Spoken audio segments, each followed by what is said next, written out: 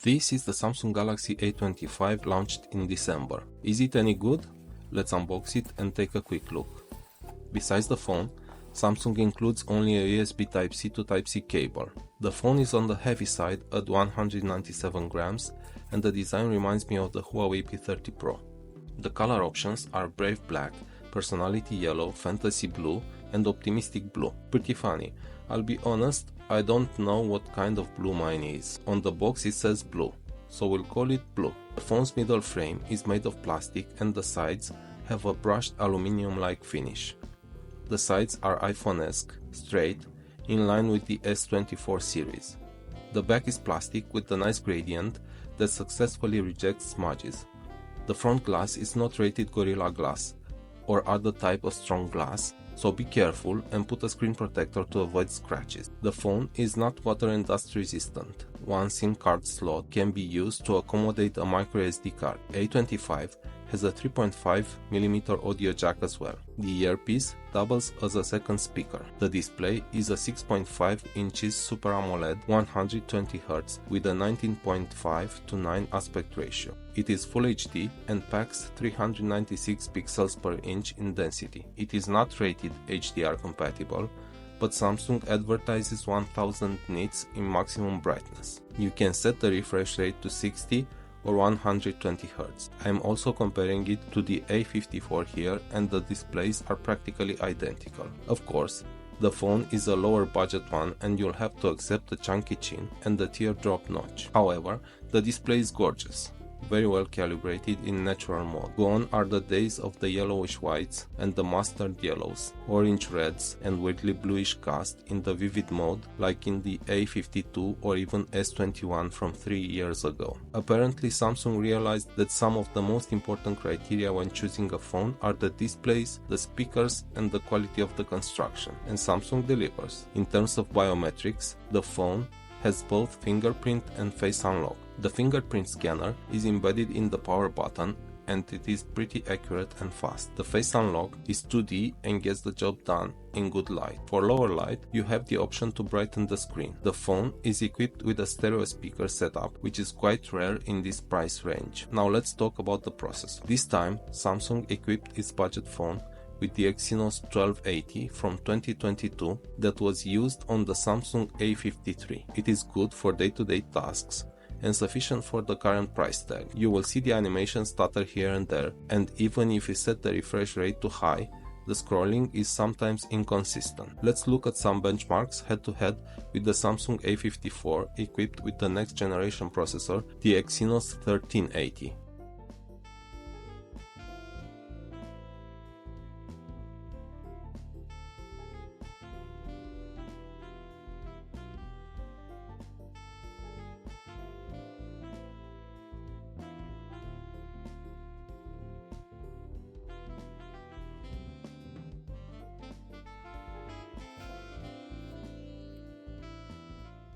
The phone will drive many game titles. Let's play some Asphalt 9 and also listen to the stereo speakers. I'll see you in a bit.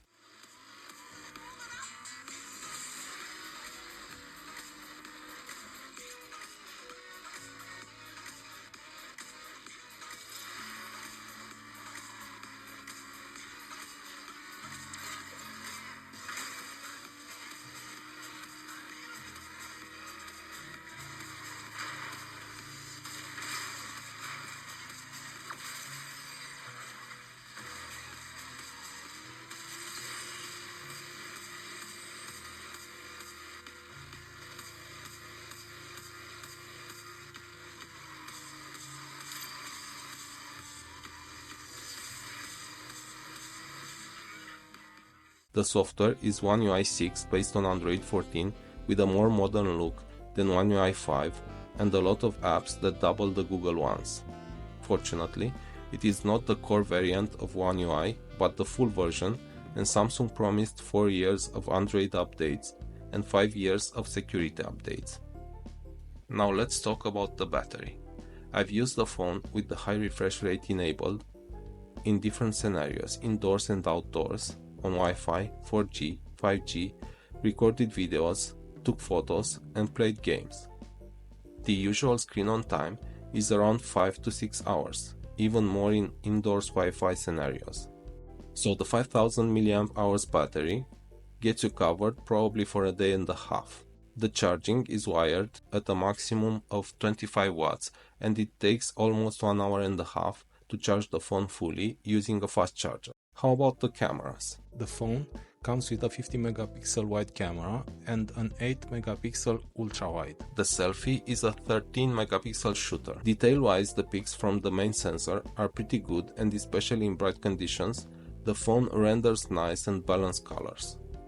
In lower light, the phone already enters a sort of night mode by default, and the night mode just renders marginally better photos. The 8 megapixel ultra wide is quite good for the budget, and the color balance is similar to the wide angle sensor. The front-facing camera is a good one for the price.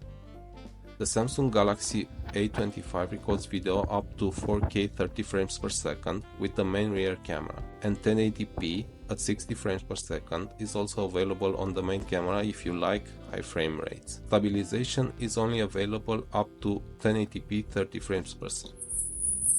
If you like this video, please consider subscribing. If you have questions, I'll be happy to answer in the comments section. So, is it worth buying? If you like Samsung's approach to Android, yes. For an asking price of around 220 euro, you get a great screen, nice smooth software, good enough chip that can handle most tasks, good vibration motor, very similar to the one in the A54, very good call quality, very good stereo speakers, and good battery life. So it is good value for money, especially if you get it discounted.